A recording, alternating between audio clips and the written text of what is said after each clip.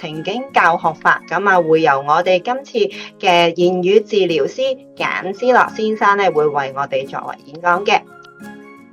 加強情景教學或者情景教學啦，其實佢係一啲咩嚟嘅呢？其實呢，就係圍繞住我哋點樣借助玩遊戲呢個咁嘅情景呢，去教小朋友一啲語言或者溝通嘅方法嘅。咁點解我哋話會借助玩遊戲呢？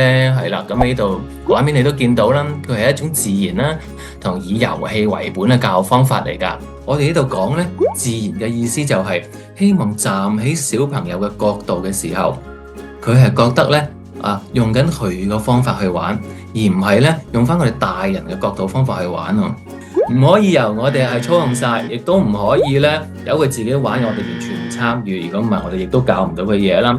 好啦，咁講咗咁大堆咧情景教學法嘅一啲嘅前提啦，咁不如我哋實際睇下入邊有啲咩技巧啦。我哋睇翻第一啦，先咧佈置好個環境，咁樣令到環境自然啦。令到小朋友咧覺得有自然嘅溝通嘅機會同埋自然嘅遊戲嘅方法啦。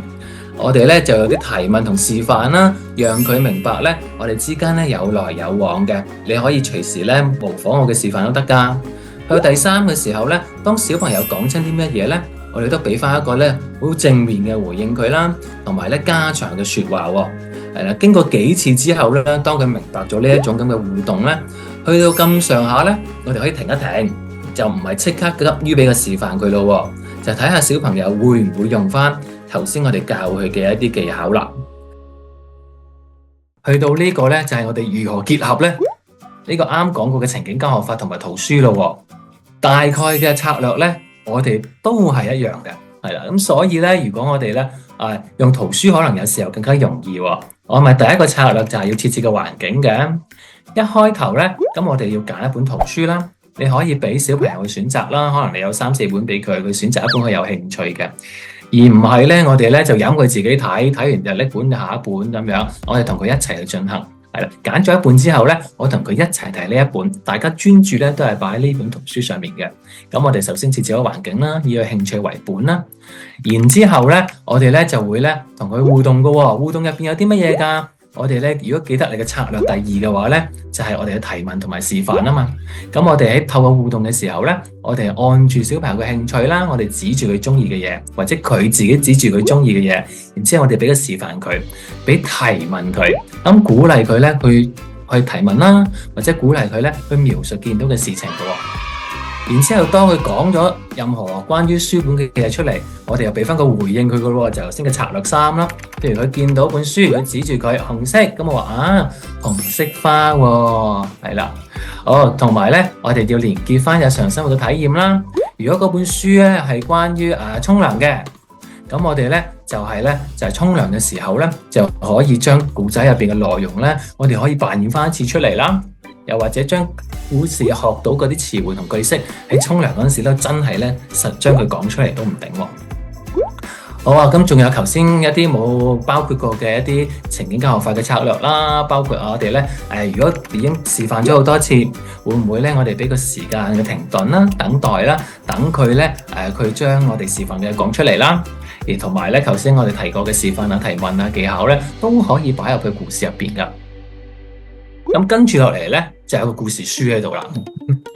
咁呢個故事咧就好簡單嘅，係啦。咁樣咧，我本身咧，我預想個環境咧入邊咧，就係一個咧能力咧未係好高嘅小朋友，主要係用單字多嘅啫，係啦，自己用單字多。咁樣咧我呢個故事咧就會係按翻咧佢個程度嘅。咁樣我先咪提過，可唔可以重複緊用一啲句式嘅？咁不如咁啊，我哋咧跟住咧，我想佢練習嘅句式咧，就係有一個動詞同埋名詞嘅，係啦，動詞同名詞係啦，咁樣就係譬如係攞乜嘢啊，或者係玩乜嘢啊，係啦，咁同埋咧兩個句式啦，一個句式就係動詞加名詞啦，如果英文嘅就係一個 verb 加一個 object 啦，如果咧另外一個句式咧就係一個副詞加形容詞嘅喎，例子就係譬如話唔係熱啦，係好熱，係啦，唔係淨係熱咁簡單，可能好熱咁樣。咁就係呢兩個句式啦。咁我就會話：哇！我哋睇故事書啊，係啦，睇故事書已經係動詞加名詞咯，係啦。哦，有老鼠喎，係嘛？又有雀仔，係啦，有老鼠亦都係一個動詞加名詞啦。有雀仔喎，係喎，佢哋喺度咧玩水，係啦，玩水又係動詞嘅名詞。咁樣你有冇見到咧？其實我咧有按住個句式咧，希望咧係不停咁重複喺個故事入邊嘅。咁之後我都會按住呢個方法繼續做落去啦。咁若然去到下一幅，哦，咁我哋咧可能表示一啲驚訝嘅表情啦。咁我哋就問啦，咩嚟㗎？係啦，透過呢個提問咧。跟住佢指住咧，我哋譬如我借隻 mouse 啊，指住呢一個係啦，然之後就話咩嚟㗎？咁睇下小朋友咧，佢會唔會回應啦？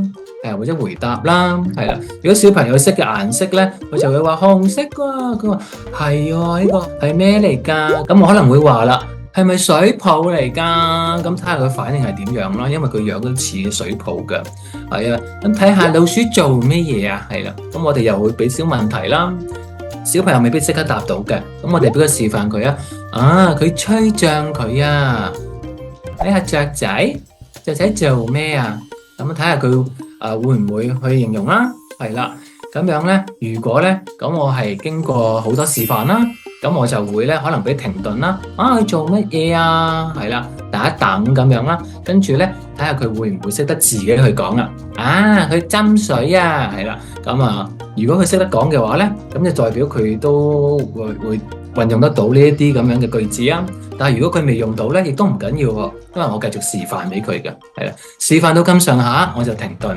咁樣咧，我希望咧俾到個信息大家就係咧，無論遊戲同古仔都好咧，都係一個好好咧去學習語言嘅機會嚟㗎。